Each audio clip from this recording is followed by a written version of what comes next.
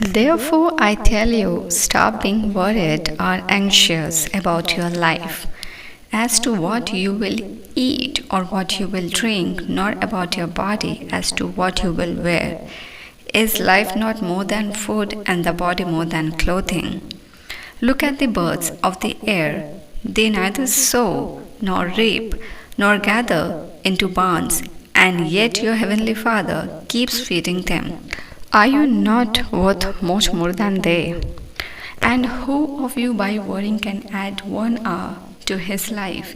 And why are you worried about clothes? See how the lilies and wildflowers of the field grow. They do not labor, nor do they spin to make clothing. Yet I say to you that not even Solomon in all his glory and splendor dressed himself like one of these.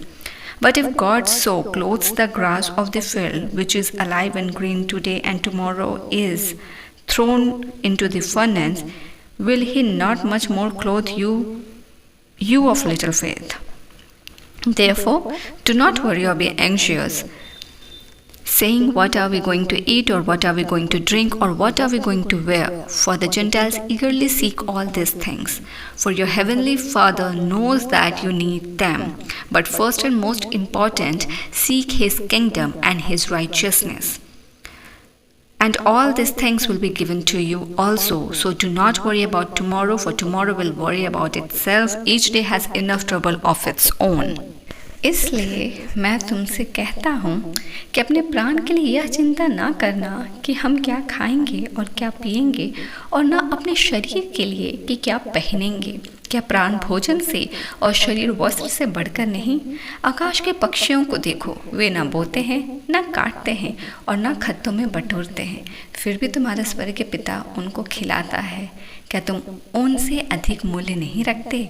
तुम में कौन है जो चिंता करके अपनी आयु में एक घड़ी भी बढ़ा सकता है? और वस्त्र के लिए क्यों चिंता करते हो? जंगली सोसनों पर ध्यान करो कि वे कैसे बढ़ते हैं। वे ना तो परिश्रम करते ना काटते हैं। तो भी मैं तुमसे कहता हूँ कि सुलेमान भी अपने सारे वैभव में उनमें से किसी के समान वस्त्र पहने हुए ना था। इसलिए जब परमेश्वर मैदान के घास को, जो आज है और कल भाड़ में झोंक की जाएगी, ऐसा वस्त्र पहनाता है, तो हे अल्पविश्वासियों, तुमको वह इनसे बढ़कर क्यों न पहनाएगा? इसलिए तुम चिंता करके यह न कहना कि हम क्या खाएंगे या क्या पिएंगे या क्या पहनेंगे, क्योंकि अन्य जाति इन सब वस्तुओं की खोज में रहते हैं। पर तुम्हारा स्वर्गीय पिता जानता है कि तुम्हें इन सब वस्तुओं की आवश्यकता है। इसलिए पहले तुम परमेश्वर के राज और उसके धर्म की खोज करो, तो ये सब वस्तुएं भी तुम्हें मिल जाएंगी। अतः कल की चिंता ना करो, क्योंकि कल का दिन अपनी चिंता आप कर लेगा। आज के लिए आज का ही दुख बहुत है। हे जीवित अनुग्रहकारी पिता परमेश्वर, हम धन्यवाद देते हैं तेरा वचन जो परमेश्वर हमें इस बात को सिखलाता है कि हम चिंता ना करें। चिंता जो हमारे परमेश्वर जीवन में किसी भी तरह का अच्छा बदलाव नहीं लाता है। अगर हम अंधकार को देखें और अंधकार में बैठकर हम सोचें अंधकार है, अंधकार है और अंधकार है, और हम चिंता करें कि अंधकार है, अंधकार के कितने भी डेप्थ में हम चले जाएं, हम कितनी भी गहराई में चले जाएं, हमें अंधकार ही मिलेगा। और डाउट और कन्फ्यूजन और चिंता ऐसी ही चीज़ें हैं कि हम जितना भी उसके बारे में चिंता करेंगे, हम जितना सोचेंगे, हम और उसकी गहराई में दबते चले जाएंगे। बट जैसा अंधकार में एक ज्योति का चमकना या एक दीपक का होना पूरे घर में उजाले का कारण होता है, ताकि घर वाले भी परमेश्वर उस उजाले में रोशनी पाए, वैसे ही परमेश्वर का हमारे जीवन में होना उस आशीष और उस उजाले का कारण है। यीशु मसीह और परमेश्वर का हमारे जीवन में होना उस उजाले की नाई है जो उस चिंता को हटाता है, उस परेशानी को हटाता है, वो डाउट और कन्फ्यूजन के ऊपर श्योरिटी को लाता है। परमेश्वर का प्रेम जो हमें छुटकारा देता है, परमेश्वर का आनंद जो हमें तृप्त करता है, और परमेश्वर का शांति जो परिस्थिति से बड़ा सामर्थ्य से हमारे जीवन में दखल देता है। हम सभी बातों के लिए पिता तुझे धन्यवाद देते हैं, और हम जानते हैं कि परिस्थिति कितनी भी बड़ी हो, जब परमेश्वर के द्वारा दिया हुआ शांति हमारे पास होता है, हम परमेश्वर पर हियाव रीति से निर्भर हो पाते हैं। जब हम परमेश्वर के प्रेम को जानते हैं पिता, कि परमेश्वर ने हमसे कितना बड़ा प्रेम किया उसने मेरे पापों के लिए, जिसे मैं जानती भी नहीं थी, जब हमारा अस्तित्व भी नहीं था। तब यीशु का आकर हमारे लिए उस क्रूस पर बलिदान होना व्यक्तिगत एक एक के लिए उस आशीष का कारण है, और वो प्रेम है जिसके द्वारा आज हम पिता परमेश्वर से जोड़े गए हैं। The powerful act of love what God has showed on that cross for their people, for their sins, not for their righteousness or the good thing, but for the sins which they do in their lives, their ancestors do in their lives, and for that sins God has paid His life on that cross for us. उस क्रूस पर यीशु ने अपने प्राण को कीमत के तौर पर दिया कि हम अपने पाप के द्वारा आज जो जीवन जी रहे हैं उस जीवन से छुटकारा पाकर यीशु के पेड लव के द्वारा, उस लहू के द्वारा नए जीवन को पाए। And that's the powerful act of love. The powerful act of love, nobody could ever done this. परमेश्वर का धन्यवाद कि परमेश्वर ने उतनी ग्रेट लव को हमारे जीवन में दिया। एंड उस ग्रेट लव को जिसने जाना है परमेश्वर, उसने उस ग्रेट फेथ को पाया है जो उस माउंटेन के नाई है। परमेश्वर वो फेथ जो हमें चट्टान के ऊपर घर बनाना दिखलाता है, दैट परिस्थिति और तूफान कितने भी आए, क्योंकि वह परमेश्वर के ऊपर खड़ा है, क्योंकि वो परमेश्वर के प्रेम को जानता है, वह परमेश्वर पर निर्भर है, वह परमेश्वर पर डिपेंड है, और परमेश्वर सक्षम है हमें हर परिस्थिति में संभालने के लिए। तूफान आएगा और जाएगा, मगर जो घर चट्टान के ऊपर निर्धारित किया गया वो ना टूटेगा, क्योंकि वो परमेश्वर के प्रेम को जानता है। और चूँकि उसने उस प्रेम को जाना है, वो विश्वास करता है कि वो मुझे नहीं छोड़ेगा। उसने जब मुझे मेरे पाप में नहीं छोड़ा, तो आज जब मैं उसके हियाव में उसके साथ अपने जीवन को आगे बढ़ा रहा हूँ, परमेश्वर मुझे नहीं छोड़ेगा।